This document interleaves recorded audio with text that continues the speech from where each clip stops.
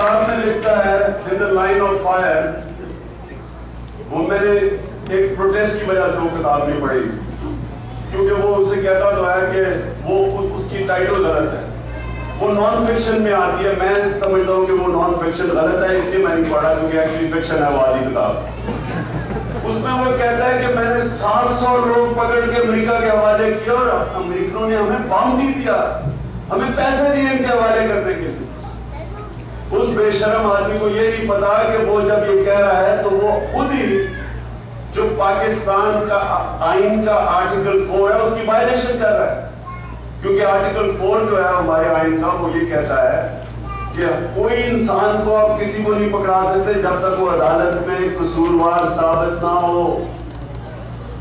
उतना खुश, उनको खुश करने के लिए उसको इतना है कि 2 मनाता वाला वॉशिंगटन भागा जाता है, किसी तरह अपने वो आकाओं को खुश कर दे कि ये इतनी बड़ी बात लिख के अपनी किताब में कि इसी के ऊपर इसको सजा दी जा सकती है।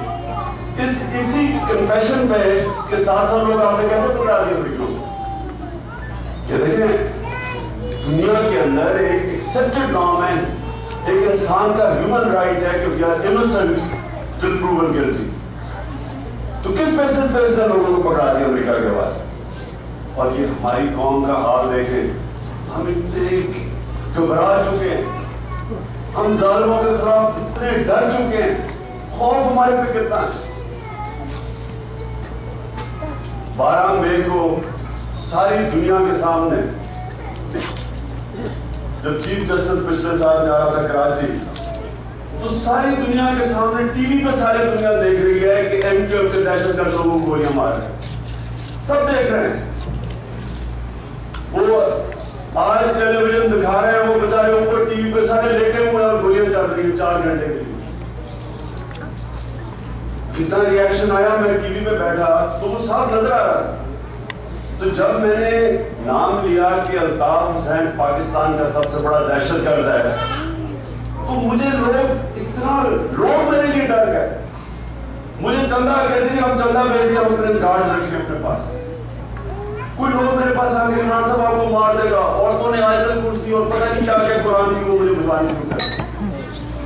मैं सिर्फ आपको एक बात बताना चाहता हूँ कि देखिए, अल्लाह कुरान में कहता है कि जो लोग ईमान ले आए अल्लाह उनके खौफ दूर कर देता है। ईमान अगर आप में है तो आप किसी से नहीं डरते। ये जो खौफ है ये बेईमानी की सबसे बड़ी आपकी पहचान है। हम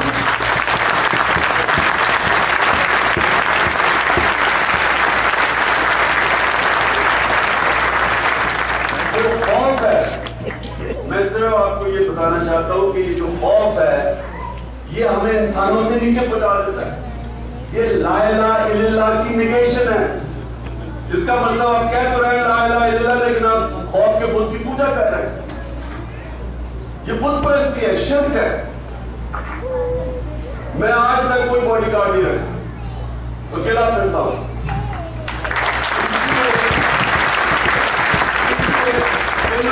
इनको मैसेज पहुंचाई है, मुझे उन्होंने डराने की कोशिश की।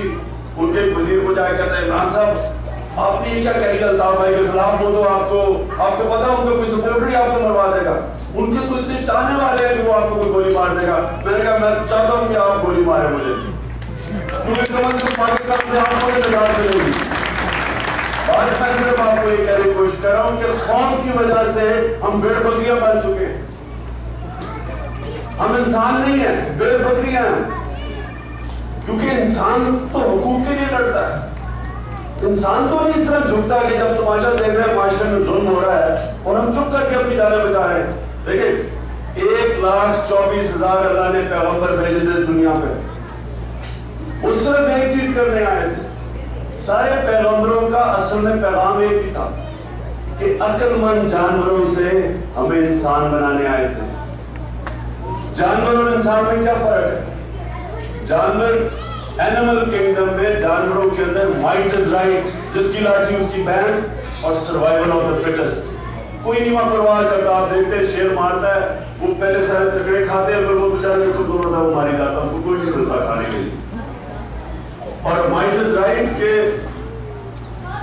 हजारों हिरन होते हैं, एक चीता अटैक करता है, वो सारे भाग जाते अपनी जाने बचाने के लिए, वो जिसको मर्जी पकड़ के खा जाता है। अगर उनमें से 10 भी खड़े होकर उसके चीते के सामने खड़े हो जाओ, चीता मार देगा। लेकिन अपनी अपनी सोचते हैं, खौफ है, डरते हैं, डर की वजह से वो बेचारे उनके ऊपर जुल्म मजीद बढ़ते जाते हैं।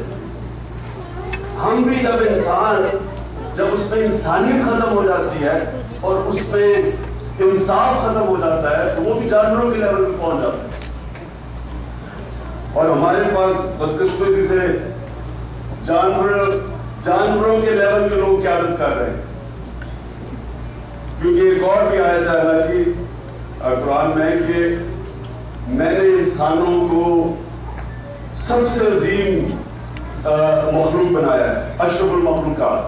लेकिन जब इंसान गिरता है तो वो जानवरों से भी नीचे चला जाता है। जानवर भी ये हरकतें नहीं करते जो हमारे ऊपर बैठे हुए आज लोग कर रहे हैं। लोग भूखे मर रहे हैं और पेट भरा हुआ है और खाते जा रहे हैं, वो और रुपया खा रहे हैं और बन रहे हैं, एक घर बन रहे हैं, फलाना जरदारी हाउस, उधर भी जरदारी हाउस, उधर भी जरदारी हाउस। जानवर दूसरे मुल्क ही खाता है जिसमें उसको भूख होती है, तो वाकई उससे भी नीचे चले जाते हैं। तो मैं अब सबसे बड़ा पैगाम यह है कि अल्लाह ने हम सबको मौका दिया है कि हम अपनी डेस्टिनी बदले, तकदीर बदले। अब अगर हमने इसका फायदा उठा लिया तो ये कायदे आज़म मोहम्मद अली जिन्ना का पाकिस्तान बनेगा। अगर हमने ना किया तो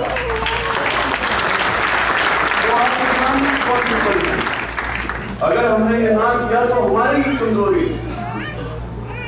अगर हमने ना किया तो इसका मतलब कि वो फिर बहुत कौमें बर्बाद है। यूगोस्लाविया भी एक कौम थी, बर्बाद हो गई। कई और कौमें जो बर्बाद हो चुकी हैं, पिछली सदी में कितनी कौमें थी जो बदल गई। हम भी उसी तरफ जाएंगे और हमारा अपना कसूर होगा।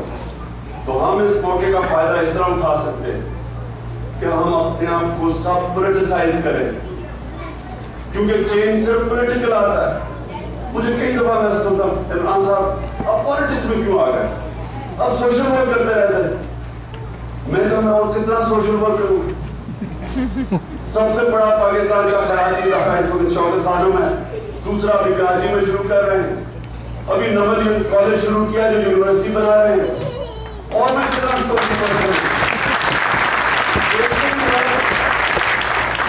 हमें आप सोशल वर्क पे लगाते हैं और जरदारी को ऊपर बिठा के खून चूसने के लिए बिठाते हैं, और हम सोशल वर्क करते हैं।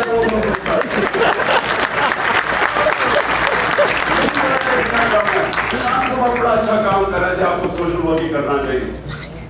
ऊपर कौन बैठा हुआ है, उधर से शुरू करें, एक डाकू और लुटेरों से उधर से कराची से शुरू करें और जाए ऊपर। उधर चौधरी बैठे हैं, उधर एक कोई डीजल मौलाना बैठा है, कोई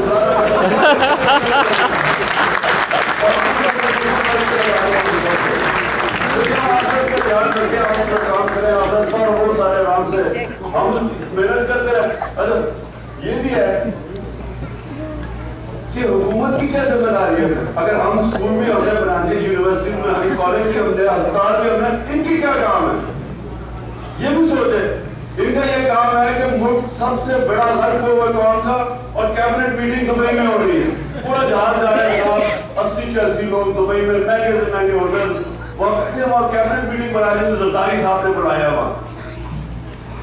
तो ये अगर हम चुप करके, पाकिस्तान के लोग अगर हम चुप करके तमाशा देखते रहेंगे तो फिर जो होगा उसकी हम फिर कॉन्सिक्वेंसेस आएंगे। इसलिए चीफ जस्टिस इफ्तिखार की जो स्ट्रगल है, ये वकीलों की स्ट्रगल नहीं है, ये 16 करोड़ पाकिस्तानियों की स्ट्रगल है, क्योंकि ये कानून की बालादस्ती की स्ट्रगल है।